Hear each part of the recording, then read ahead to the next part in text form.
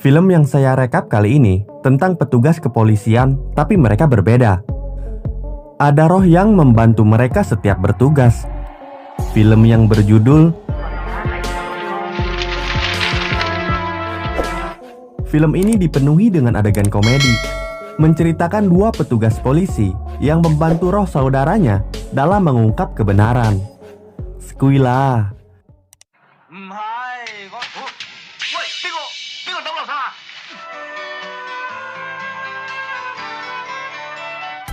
Awal film ada dua bersaudara yang sedang membakar kertas jimat untuk para roh. Mereka bernama Paman Chin dan Paman Chang Piao.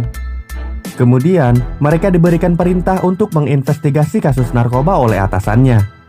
Setelah datang di tempat yang sudah diinfokan, mereka tidak melihat siapa-siapa. Paman Chin berpendapat bahwa tempat ini sudah tidak digunakan lagi karena terlihat cukup seram dan tidak terawat. Tapi berbeda dengan Paman Chang. Menurutnya, tempat yang seram adalah tempat yang aman bagi penjahat. Dia pergi meninggalkannya, dan Paman Chang menggeledah lebih dalam. Terlihat cahaya di balik dinding. Dia mencoba memeriksanya. Dugaannya benar, mereka membuat narkoba di tempat yang seram. Tapi sayang, dia ketahuan. Terjadi keributan dan tembak-tembakan sudah tak bisa dihindari. Pada akhirnya, dia tertangkap. Datang sang penguasa tempat dan langsung mengeksekusinya. Sementara itu, Paman Chin mengkhawatirkan saudaranya dan memutuskan untuk kembali. Setelah sampai, ia terkejut melihat Paman Chang terjatuh di atas mobilnya. Di sini, dia mengira Paman Chang bunuh diri. Scene berpindah di akhirat, di mana Paman Chang sedang diadili.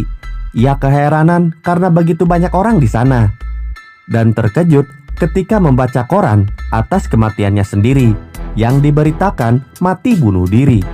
Tentu, dia tidak terima dengan hal itu. Hakim menanyai siapa yang membunuhnya. Ia tak bisa menjawab saat kematiannya tidak melihat wajah pelaku. Lalu, hakim memutuskan kematiannya mati karena bunuh diri. Dia tak bisa menerima keputusan hakim dan meminta padanya untuk kembali ke dunia agar bisa menemukan siapa yang membunuhnya. Awalnya, hakim selalu menolak, tapi ketika duit sudah berbicara, ia diperbolehkan. Sebelum kembali, dia diberikan kantung jimat dan diberitahukan bila ada yang memiliki tanda lahir 6 titik, dia akan menjadi penyelamatnya. Di tempat akademi polisi, di mana saat itu sedang dibuka pendaftaran menjadi petugas, banyak anak muda yang sedang mengantri untuk tes kesehatan. Tapi kita difokuskan pada bujang lapuk yang asik tidur. Dia bernama Hasing. Kemudian namanya terpanggil. Dokter itu menyuruhnya untuk membuka celana. Tiba-tiba muncul roh Paman Chang dan melihat tanda 6 titik di pantatnya. Setelah lolos dan menjadi petugas, dia pergi ke kantor dan bertemu dengan partnernya yang asik membaca majalah uwu-uwuan. Saking fokusnya, dia tidak menyadari kedatangan Hasing.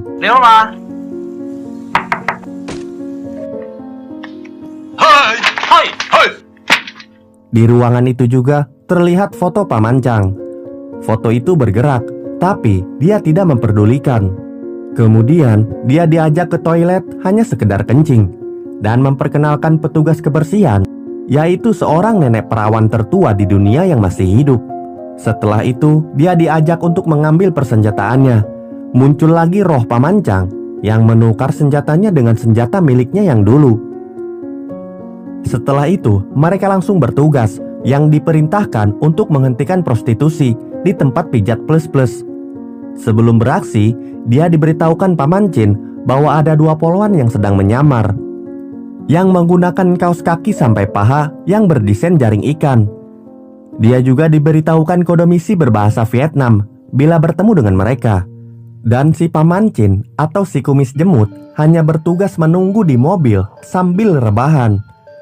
Setelah di dalam, ia bertemu dengan pemilik panti pijat dan ditawari untuk memilih wanita yang dia suka. Tapi dia meminta untuk melihat kakinya dulu. dia malah terkejut karena semua wanita menggunakan stocking yang sama. Tak mau ambil pusing, dia menyewa semuanya. Setelah di kamar, dia berteriak mengatakan kode misinya.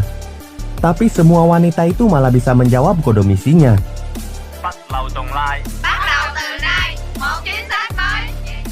Mereka semua berasal dari Vietnam. Sementara itu, Polwan yang sedang menyamar malah baru muncul di ruangan tunggu. Hasing yang kebingungan, ia berlari keluar, malah dihadang. Dia dicurigai karena gerak-geriknya. Kemudian, Hasing mengaku sebagai mahasiswa yang sedang survei statistik. Ketika dimintai kartu tanda mahasiswa, dia mengaku tidak dibawa. Hasing berusaha kabur tapi percuma. Dia langsung dihajar habis-habisan. Ternyata, para polwan juga sudah beraksi baku hantam.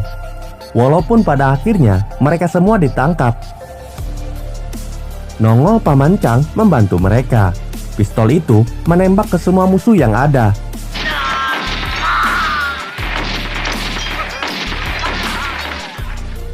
Setelah beres, nongol Pak Kumis yang melihat semua sudah terkapar. Tugas pertamanya selesai. Pak Kumis tak pernah lupa berdoa pada dewanya dan memiliki keahlian, yaitu tangannya bisa memanjang. Tak cuma itu, dia juga memiliki anak yang gelis aduhai bernama Yu. Hasing yang berada di depan rumah Pak Kumis karena memang rumah dinasnya berdekatan, dia tergoda oleh Nona Yu dan menatapnya tanpa berkedip. Tiba-tiba angin besar mengangkat roknya. Dia benar-benar fokus melihat keindahan tiada tara yang mengalahkan kecantikan samudra sampai barang-barangnya terjatuh. Kejadian tak terduga terjadi. Nona Yu menyadari dan membantu merapikan barang-barangnya. Cantik si gila nih cewek. Di toko online masih ada nggak ya?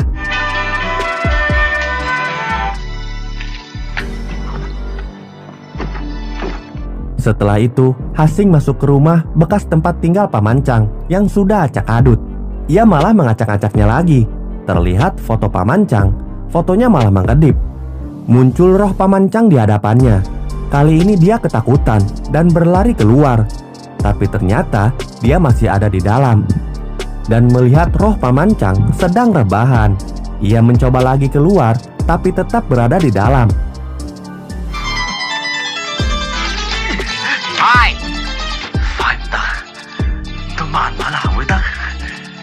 Saking sudah lelahnya mencari pintu keluar, akhirnya dia pasrah. Tapi gak jadi, ia masih mencari pintu keluar.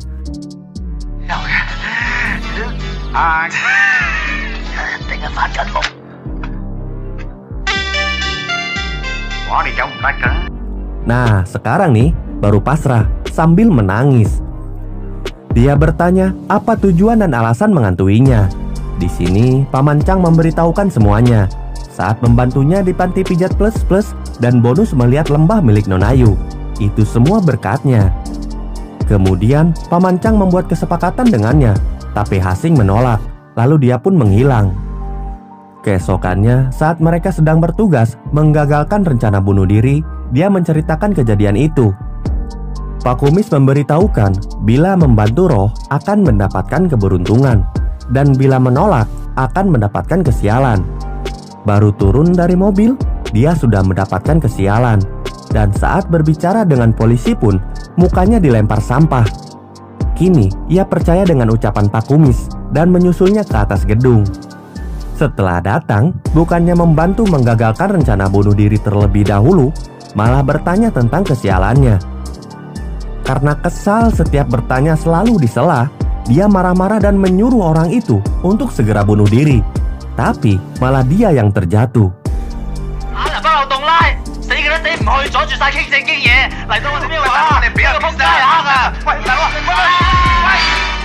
Setelah kejadian itu, dia memanggil roh Paman Chang dan menyetujui kesepakatannya.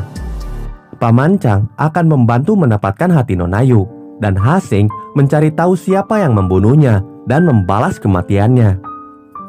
Tapi karena belum percaya dengan ucapannya, dia ingin dibuktikan terlebih dahulu. Beberapa saat kemudian, mereka sudah berada di tempat Nona Yu. Terlihat, Nona Yu sedang syuting. Paman Chang menyuruhnya untuk memberikan bunga. Ia coba mendekatinya, lalu memberikan bunga itu pada sapi. Tentunya, Nona Yu terkejut. datang seorang bos sambil membawa bunga. Dia bernama Tangli yang menyukai Nonayu. Karena gak suka atas penolakannya, dia menggodanya secara kasar. Hasing yang melihat kejadian itu mencoba membantu. Malah dia sendiri dihajar habis-habisan, meminta bantuan Paman Chang, tapi malah sibuk rebahan, seolah-olah tidak melihat apa-apa. Setelah itu, mereka semua bubar. Nonayu mendekatinya dan berterima kasih. Disinilah awal mula mereka bisa dekat. Sore harinya, ia menunggu Nonayu pulang untuk mengajaknya berkencan. Di sini, Paman Chang sudah berhasil membuktikan kesepakatannya. Setelah Nonayu datang, kencan pertama dimulai. Tatapan buaya dari Hasing membuat Nonayu tersipu malu. Tangan mulai meraba, pundak menjadi senderan. Teman kecil pun terbangunkan, lalu dipatahkan. Seperti itulah kencan pertama mereka. Singkat cerita, mereka diberi tugas lagi untuk memecahkan kasus narkoba. Dia langsung menemukan narkoboy yang disembunyikan di dalam mobil. Nongol para penjaga yang begitu banyak. Dia berusaha mengancam mereka dengan senjata kecilnya. Tapi di sini ya terjadi kekonyolan yang hakiki. Susah untuk saya jelaskan. Jadi bisa langsung dilihat adegannya saja.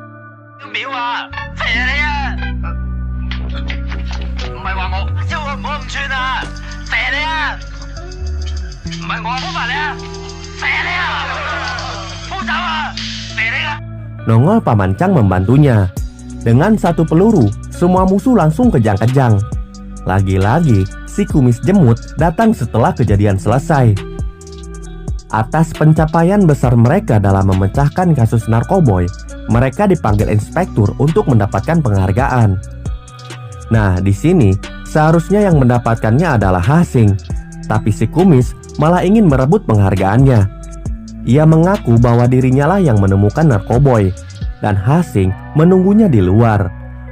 Muncul Paman Chang yang mengerti dengan situasi dan menjahilinya dengan menggunakan kertas jimat cabul yang dipasang di tubuh inspektur. Sang inspektur langsung agresif tak tertahankan dan menggila pada Pak Kumis. Tentunya dia juga memanfaatkan keadaan. Semua anggota menyaksikan kejadian pencabulan mereka. Kemudian inspektur disadarkan kembali dan langsung menghajarnya. Dia sendiri kebingungan apa yang sebenarnya terjadi dan bertanya pada anak buahnya. Di sini Hasing balas dendam. Ia mengatakan bahwa Pak Kumislah yang cabul. Malamnya saat Pak Kumis mengobati luka hasil dari pencabulan, Nonayu memperkenalkan kekasihnya. Mereka berdua dipertemukan kembali. Tapi ya terlihat biasa saja. Disinilah Pak Kumis mencoba membalas. Di depan Nonayu, mereka terlihat baik-baik saja. Di belakang, mereka berperang sampai Nonayu terkena imbasnya.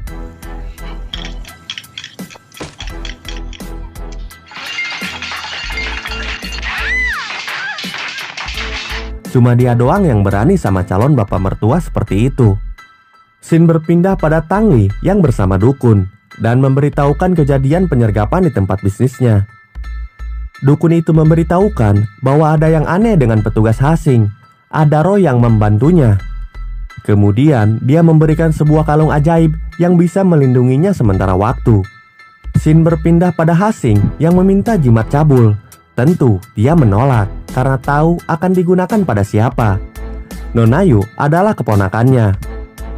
Tak habis akal, dia malah mencuri jimatnya. Setelah mendapatkan jimat cabul, dia menemui Nonayu. Tapi yang ada hanya Pak Kumis sedang asik berduaan. Sebelum pintu terbuka, dia sudah merapal mantra. Tapi malah mengenai dirinya sendiri. Kini nafsunya tak tertahankan melihat kumis yang tebal. Datang Nonayu yang melihat kengerian di antara mereka. Setelah ditampar, ia sadar kembali. Dia mencoba meminta maaf dan memberitahukan bahwa dia terkena mantra cabulnya sendiri yang didapat dari Paman Chang. Tapi Nonayu tidak percaya karena memang Paman Chang sudah mati. Dia mencoba membuktikan dan memanggil Paman Chang dari pistolnya. Tapi dia tak muncul-muncul sampai pistolnya dikencingin, masih tak muncul. Nah, karena pistol itu tak sengaja masuk ke WC, akhirnya roh Paman Chang muncul. Mereka semua terkejut. Dia memberitahukan tujuannya kembali ke dunia untuk menemukan siapa yang membunuhnya. mereka malah saling menyalahkan sebelum kejadian kematiannya. Setelah itu, Hasing kembali ke rumah dan Paman Chang menagih janjinya. Tapi dia kebingungan karena Paman Chang sendiri tidak tahu wajah orang yang membunuhnya. Dia hanya mengingat bau badan si pembunuh. Hanya itulah clue yang mereka punya. Kemudian mereka pergi ke tempat di mana Paman Chang terbunuh. Tempat pembuatan narkoba masih ada, tapi tidak ada orang satupun. Dia mencoba memeriksa lebih dekat. Tanpa disadari, ada penjaga di belakangnya. Terjadi pergelutan, tapi yang bergelut cuma Paman Chang. Tanpa bantuannya, mungkin dia tak bisa mengalahkan mereka. Kemudian, dia ditodong seseorang yang ternyata dia adalah Tang Li. Bau badannya sudah terverifikasi, dialah pembunuhnya. Paman Chang berusaha menyerang, tapi malah terpental. Keadaan kini dibalikan. Tang Li yang tersudut langsung kabur. Tembakan sudah dikeluarkan, tapi tak membuatnya terjatuh karena pelurunya mengenai kalung pemberian si dukun. Paman Chang melarangnya untuk dikejar karena dia menggunakan mantra. Tang Li melapor pada dukunnya dengan keanehan yang terjadi. Si dukun memberitahukan bahwa petugas yang dia lawan adalah anak buah dari orang yang pernah dia bunuh. Kini mereka berusaha mengalahkan Paman Chang terlebih dahulu. Scene berpindah pada si kumis yang sedang berdoa melampiaskan kesedihannya karena penderitaan yang disebabkan Paman Chang dan Hasing. Tiba-tiba muncul seseorang yang dikira dewanya. Tentu dia sangat senang karena Pak Kumis berpikir doanya telah dikabulkan. Dia memberikan sebuah kertas mantra untuk mengurung roh Paman Chang. Setelah dia pergi, ternyata dewa itu adalah sang dukun. Datang Hasing ke rumahnya untuk mengajak Nona Yu jalan-jalan. Pak Kumis meminta senjatanya dan mengatakan jika hanya sekedar jalan-jalan tak perlu membawa senjata. Hasing menurut saja, lalu pergi. Setelah itu, dia menyumpal moncong senjata dengan kertas mantra. Saat Paman Chang keluar, dia terperangkap dan dibawa gelembung sampai ke tempat si dukun. Lalu dikurung di peti mati yang dihususkan untuk roh. Sementara itu, Hasing yang asik berduaan diganggu oleh Tang Li dan anak buahnya. Mereka memberinya pelajaran. Dia berusaha memanggil Paman Chang, tapi tak kunjung muncul. Ia pun dihajar habis-habisan sampai polisi datang. Setelah di rumah Nona Yu, ia kebingungan kenapa Paman Chang tidak muncul. Terdengar suara Pak Kumis yang tertawa karena berhasil mengurung Paman Chang. Dia sangat marah dan memaksa masuk. Terlihat pistol miliknya yang disumpal kertas jimat. Setelah jimat dibuka pun, dia tidak keluar. Pak Kumis berdoa lagi. Kini kesurupan dewanya. Sang dewa mengatakan bahwa dukun itu menyamar menjadi dewa untuk memanfaatkan dan mengurung Paman Chang di peti mati. Dewa sendiri tak bisa membantu. Sang dewa memberitahukan sebuah mantra penangkal yang bisa membebaskan Paman Chang. Tapi mereka harus membuatnya sendiri. Dewa menulis bahan yang dibutuhkan untuk membuat mantra di punggung Hasing. Adegan di sini lumayan lucu ya. Dia nggak tahan dicoret-coret. Saking gelinya, tak sengaja menghapus satu tulisan.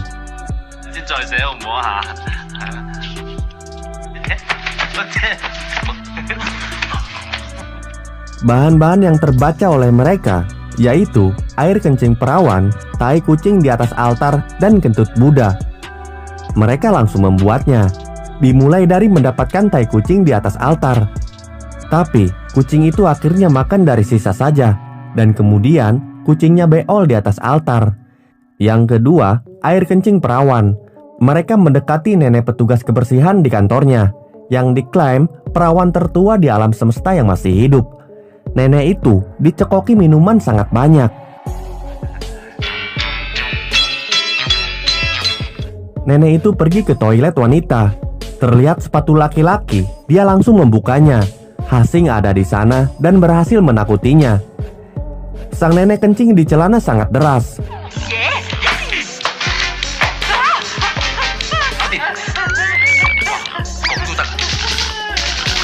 Bahan yang ketiga yaitu kentut Buddha. Nah, Pak Kumislah yang menjadi kelinci percobaan.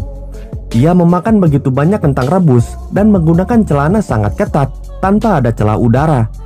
Dia kentut sampai celananya meledak. Dan Hasing berhasil mengumpulkan kentutnya pakai mulutnya.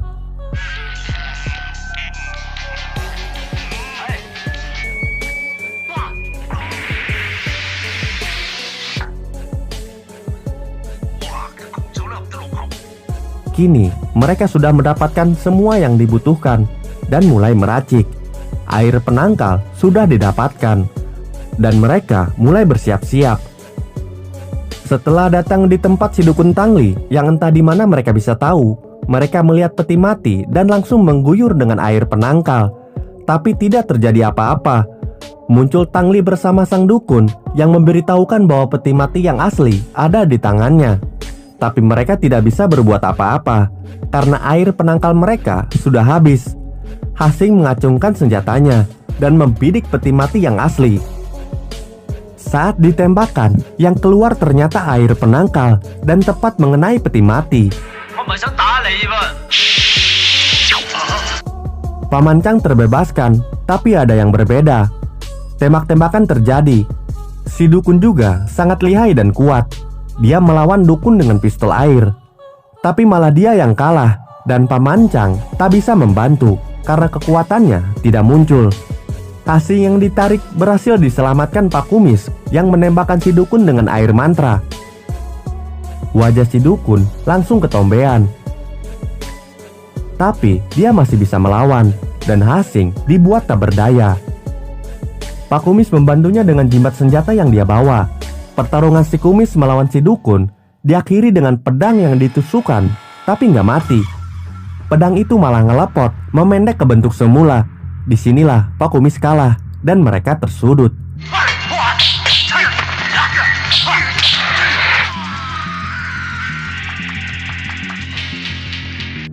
Si dukun mulai menyerang lagi dan Pak Kumis yang masih mempunyai skill rahasia mencoba menahannya dengan lengan yang memanjang.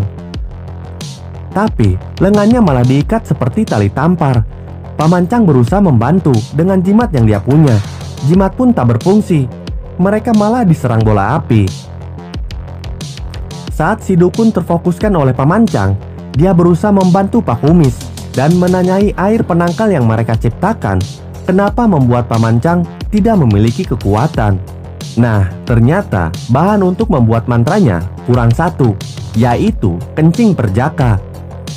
Dia langsung kencing di sepatu dan menyiramkan pada Paman Chang.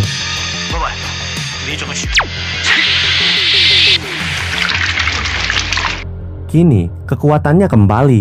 Ia melawan si dukun dan berhasil mengalahkannya dengan menghantamnya sampai ke patung dewa.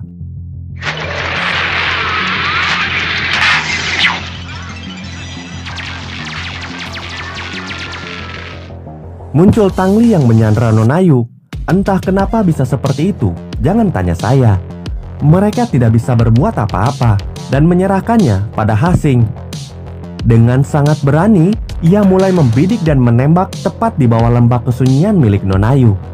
Dan Tangli tertembak sampai menembus pantat dan mati. Mereka semua berhasil selamat. Dan roh Paman Chang kembali ke akhirat. Kini dia sudah tenang dan mengetahui siapa yang membunuhnya. Tapi nih, di persidangan akhirat terjadi perdebatan di antara Pak Hakim dengan Paman Chang. Hakim mengatakan bahwa kuota ke surga telah habis dan kualifikasinya tidak memenuhi syarat. Hakim ini secara tidak langsung menyuruhnya untuk membayar jika ingin ke surga. Dia tidak punya uang. Dan Hakim pun malah menyuruh ke tempat yang digratiskan, yaitu neraka. Datang seseorang yang menanyai Paman Chang. Mereka mengirim uang yang sangat banyak. Mereka adalah Hasing dan Pak Kumis. Tamat dah. Gimana?